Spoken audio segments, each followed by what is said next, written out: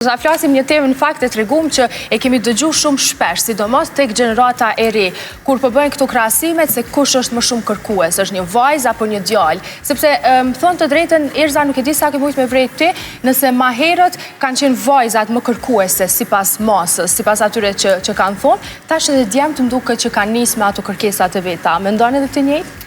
Jo, unë mendoj se të dy palët janë kërkuese. Veç se kërkesat dallojnë, po më thonë se asnjëra prej këtyre palëve nuk kërkon vetëm dashuri.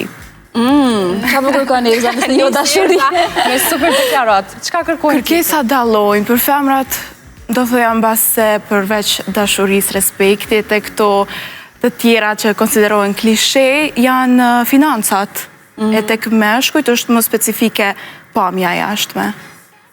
Arbër, apo e kërkojmë realisht atë versionin realtore, në ndoshta Instagrami, TikToku, filmat romantik në kanë bërë një version tjetër? Ideja është që unë nuk po them që nuk pajtona, po i kam disa mendime ndryshe prej Erzës, për shkak se unë mendoj që në lidhjet e sotme kam filluar me ardhë një dukuri e cila ka qenë të kalumën, për shembull, të na shumë tabu, ndërkohë jashtë në vendet e perëndimit ka qenë shumë normale.